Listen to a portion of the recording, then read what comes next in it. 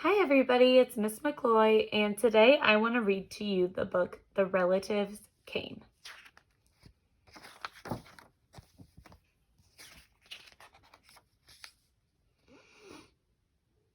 It was in the summer of the year when the relatives came. They came up from Virginia.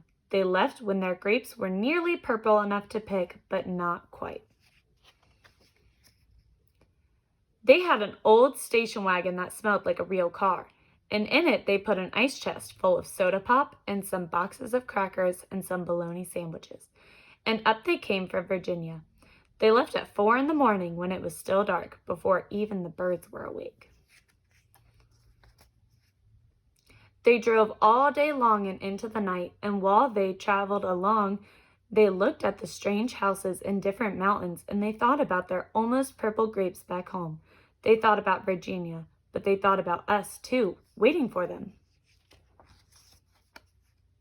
So they drank up all their pop and ate up all their crackers and traveled up all those miles until finally they pulled into our yard.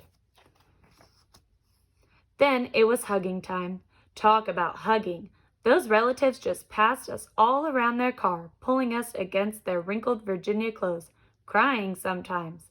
They hugged us for hours. Then it was into the house, and so much laughing and shining faces and hugging in the doorways.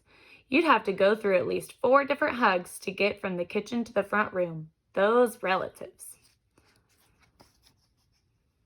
And finally, after a big supper 2 or 3 times around until we all got a turn at the table, there was quiet talk and we were in 2s and 3s through the house.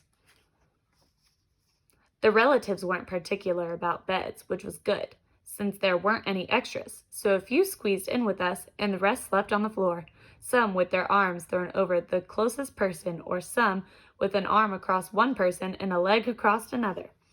It was different going to sleep with all the new breathing in the house.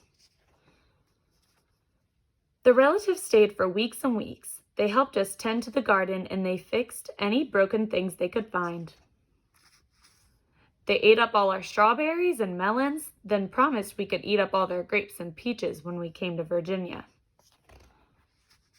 But none of us thought about Virginia much. We were so busy hugging and eating and breathing together. Finally, after a long time, the relatives loaded up their ice chest and headed back to Virginia at 4 in the morning. We stood there in our pajamas and waved them off in the dark. We watched the relatives disappear down the road. Then we crawled back into our beds that felt too big and too quiet. We fell asleep.